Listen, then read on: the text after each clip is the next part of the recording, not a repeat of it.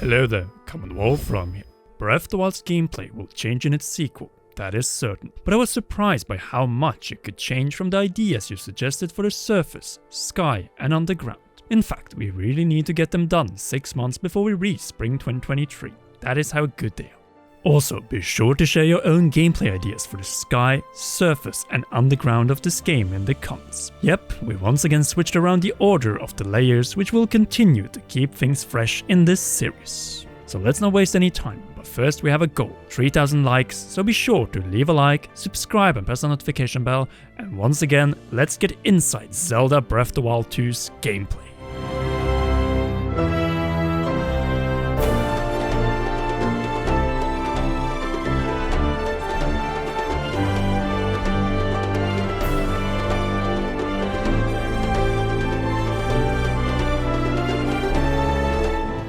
Underground.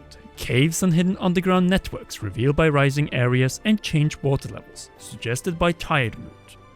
Did you know that most of ancient Rome was hidden underground for hundreds of years and had to be dug out? In fact, a lot of the surface areas of historic sites had to be brought back out to the surface and to the light, and then below them again we found what for them was there underground. Inside Breath of the Wild 2 we have no clue what could be hiding underground, and yes, the tunnel system might be deliberate, but hidden very well. To a degree that the entrance to them was not located during the extensive excavations after the equally covered under the surface divine beasts. Yes, there's an archaeological theme to these games. With that being said, changing water and land levels because of the rising Hyrule Castle and possibly other locations could reveal new entrances beside the cave Link and Zelda enter together. And this might be exactly how we get both new surface locations that were underneath the surface of 2017, which lead to far more deeper underground. Think like an entrance to a collapsed cave or mine which suddenly comes to the light of the sun and hides a massive network of extensive tunnel networks reaching hundreds of feet underneath Breath of the Wild's surface. That is the great potential of the sequel. A hidden Zonai entrance if you prefer that we initially discover on the surface and then go deeper and deeper into the rabbit hole. That is exactly the sort of gameplay changes this sequel needs. With that being said, I don't think the Sky Islands are rising. I think they're already there, so I have to agree with Vince Godman's reply to this idea. All in all, revealing a gateway to hell could also reveal other kinds of monstrosities and allow for the incorporation of the concepts provided by the Zelda team but brought back to life with Absolute Trash Panda's suggestion. The better organic instead of mechanical guardians confronting us on the surface and leading us down underground. Their designs were like taken straight from a horror, so they would fit perfectly within this world of horror. Seriously, this sequel is all about combinations in continuing Breath of the Wild's goal of breaking established conventions and turning scrapped and unrealized potential into reality. So here's another one, but in the sky, with the Minish or the Minish Cap's Wind Tribe, suggested by Naomi and Optimus Dragon. We have these concept arts for it, but why have concept art when we can have it presented in a far better way? Since Naomi has actually brought this into reality, but Optimus Dragon had an even cooler idea, bringing it up into the sky. Hence why we never located it in Breath of the Wild.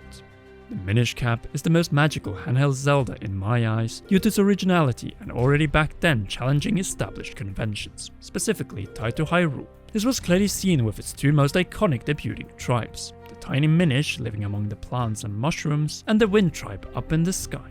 Luckily for us, in this episode we have both Naomi's settlement and Just Creates art to illustrate this absolutely brilliant combined idea.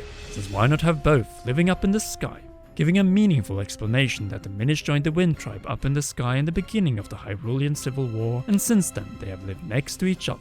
This right here is what is needed to bring life and gameplay possibilities up to the for now empty sky. Two past tribes that we know and love from Zelda's past returning, just like we saw with multiple tribes returning in Breath of the Wild for the first time in well over a decade.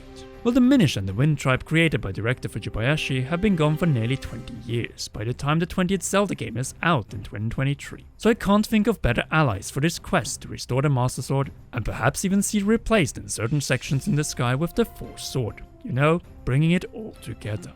I'm just saying, it would be perfect for puzzles, and it would also make perfect sense since the reincarnated Ganondorf turned Ganon was after Vati's destruction in Four Swords Adventures, sealed in, you guessed it, the Force Sword, a blade that was first forged in the Minish Cap. All of what we have detailed here makes sense and allows for the cut content to find meaningful integration and meaning within the sequel. complete with its own dungeons, quests leading up to these, shops with unique wares and clothing, side quests, unique minigames, but most of all, experimental gameplay, such as shrinking down Link or having him team up with different sorts of sky creatures and brand new characters that will quickly become fan favorites, whether they be Minish or the Wind Tribe. Or intertwined, as Vadi was originally a Minish who achieved the power to gain the size of a Hylian child.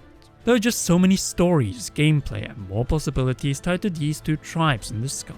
In other words, we don't need a Minish on the surface, instead they're far better saved for the sky, as down here we already have 7 tribes scattered across 8 provinces and possibly the revelation of an 8th one in Lorelin village. 4 of which had champions, so let's end this video on the surface, the home of the successors of the champions and their side quests, suggested by AJ Thomas.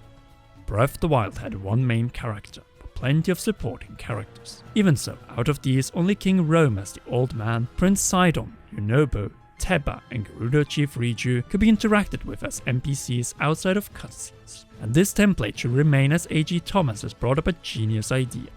With potentially the surface Divine Beast gone for this game, the 4 key characters of the 4 Divine Beast tribes should not be sidelined, in particular with Ganondorf at last back in his castle for the first time since Twilight Princess. Instead, they should fight alongside Link, as all of them built confidence and strength by joining Link's side to reclaim the Divine Beasts. Now with their settlements under the danger of invasion from Ganondorf's minions, the time might be right for Link and the warriors of each tribe to team up for side quests. Since outside of Riju's questline for the Thunderhelm, there were literally no real multi-stage side quest where we continue to quest together with the only voiced characters in Breath of the Wild who either were born or reached adulthood after the calamity. Well, the sequel is here for lost opportunities such as this one, as these characters are so beloved that everyone would like to have more interaction with them, and also quest together with them throughout the map we know and love.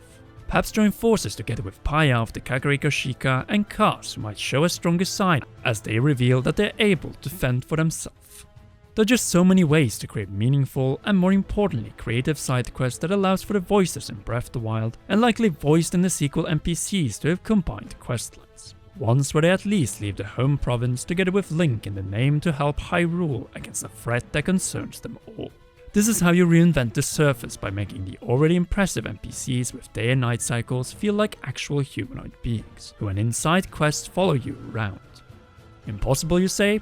Absolutely not, since they already followed us in the quest up to the Divine Beast. And well, what do you think Hyrule Warriors Age of Calamity was for?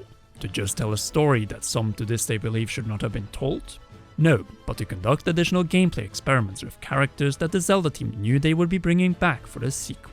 Never forget that every side project serves a purpose for the next installment in the Zelda series, and Age of Calamity, which was directly tied to Breath of the Wild in multiple ways, could have an impact at least from its gameplay, since the tailing and autonomous behavior of the character we could switch to at any moment, or even the non-playable allies surrounding us in that specific battle, are perfect examples of how to bring these key characters out of the home and into new situations. So here's your spoiler warning if you still haven't reached the crucial point in Age of Calamity nearly 2 years after its release, the moment where everything changed, and which ties to the second part of A.G. Thomas' suggestion.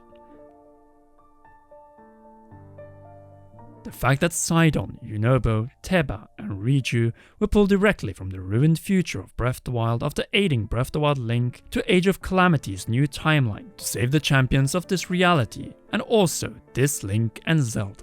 The sequel needs to answer once and for all whether the successors of the fallen champions remember their encounters and triumph in the split reality from the road. If so, then it could be crucial to this side quest, as in Age of Calamity, all of the mentioned characters left the comfort of the home province and time to win in a different time and province. This is what is called breaking established conventions from Breath of the Wild, interprovincial side quests with our favorite still alive characters by our side. And that are the gameplay ideas, concepts, or whatever you want to call them for this episode of Inside Breath of the Wild 2 gameplay. Got some better ideas? Then be sure to share them by specifying whether it ties to the surface, sky, or underground in the comments down below, since what we're doing with this video series is brainstorming together, the same process that the Zelda team conducts during the development of all Zelda games. If you haven't already, then be sure to leave a like, subscribe or press the notification bell to not miss any future episodes of Inside Breath of the Wild 2 gameplay and specials tied to these. Last but not least, a big thanks to you for watching and keeping the hype alive, and to all our patreon.com/Come patrons, and in particular, role producer Charles Shash for making all of this possible. You rock, and please enjoy one or both of these 2 awesome videos.